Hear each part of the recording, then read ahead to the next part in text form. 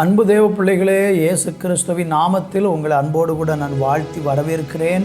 நம்முடைய ஆண்டவருக்கு நம்ம எல்லாரும் கனம் செலுத்தி அவரை ஸ்தோத்திரம் பண்ணி இந்த நாளிலே நம்ம ஆண்டவரை உயர்த்த போகிறோம்.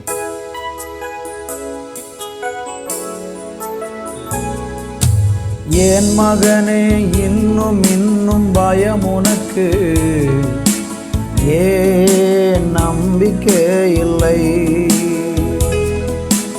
என் மகளே, இன்னும் பயம் உனக்கு, ஏன் நம்பிக்கை இல்லை?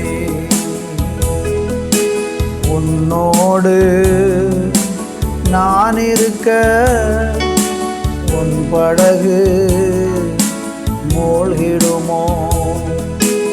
உன்னோடு நான் இருக்க உன் படகு மூழ்கிடுமோ? கரை சேர்ந்திடுவான், கலங்காதே. கரை சேர்ந்திடுவான், கலங்காதே. என் மகனே, இன்னும் பயம் உனக்கு, ஏன் நம்பிக்கை இல்லை? என் மகளே, இன்னும் பயம் உனக்கு,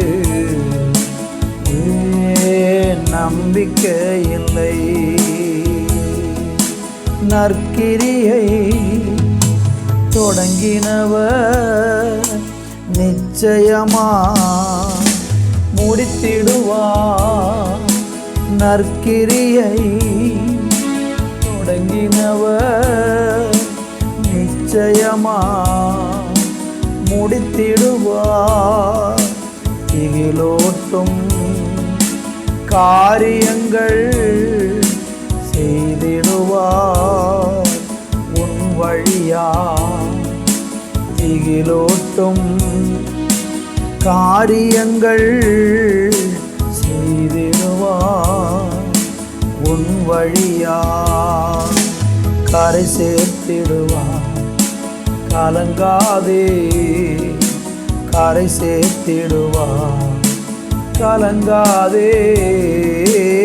என் மகனே, இன்னும் பயம் உனக்கு, ஏன் நம்பிக்கை இல்லை? என் மகளே, இன்னும் பயம் உனக்கு, ஏன் நம்பிக்கை இல்லை?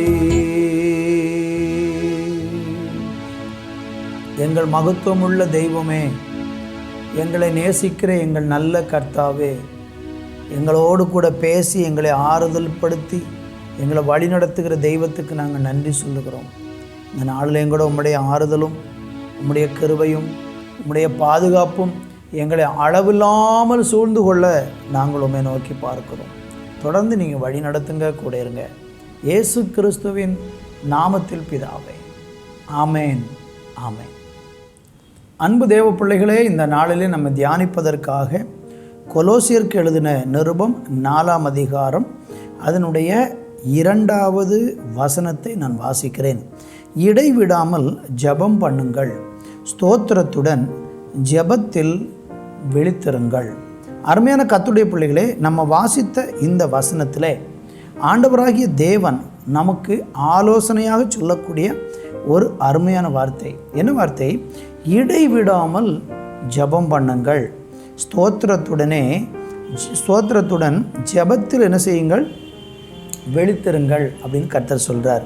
நம்முடைய வாழ்க்கையில் பலவிதமான சூழ்நிலைகளில் நம்ம கடந்து போகும்போது, எந்த ஒரு சூழ்நிலையானாலும் அதில் நம்ம முற்றிலுமாக தேவனை நம்பி அவரிடத்தில் நாம் ஏறெடுக்கிற ஜெபத்தினால நம்முடைய வாழ்க்கை கட்டப்படும், ஆசீர்வதிக்கப்படும் என்பதை நாம் நம்ப வேண்டும்.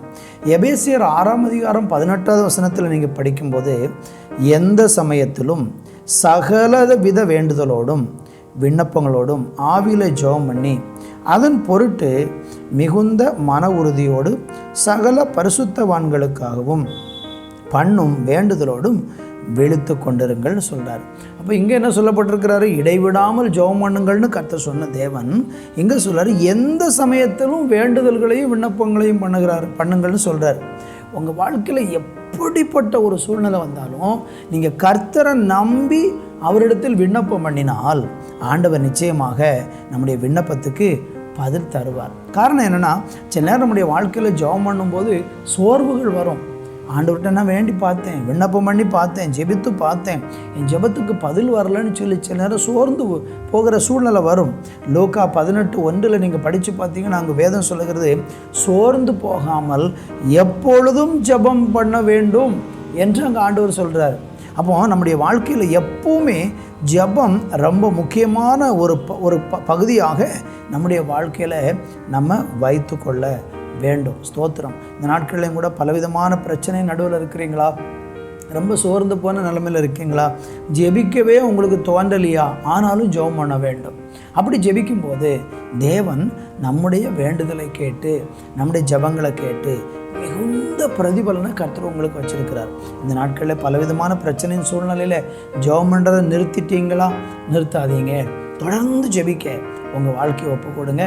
கர்த்தர் உங்களை கனம் பண்ணுவார். நல்ல தகப்பனே, ஒவ்வொருவருக்குள்ளேயும் ஜெபத்துக்குரிய சோர்வுகள் இயேசுவின் நாமத்தில் விலகட்டும் என்று ஜெபிக்கிறேன்.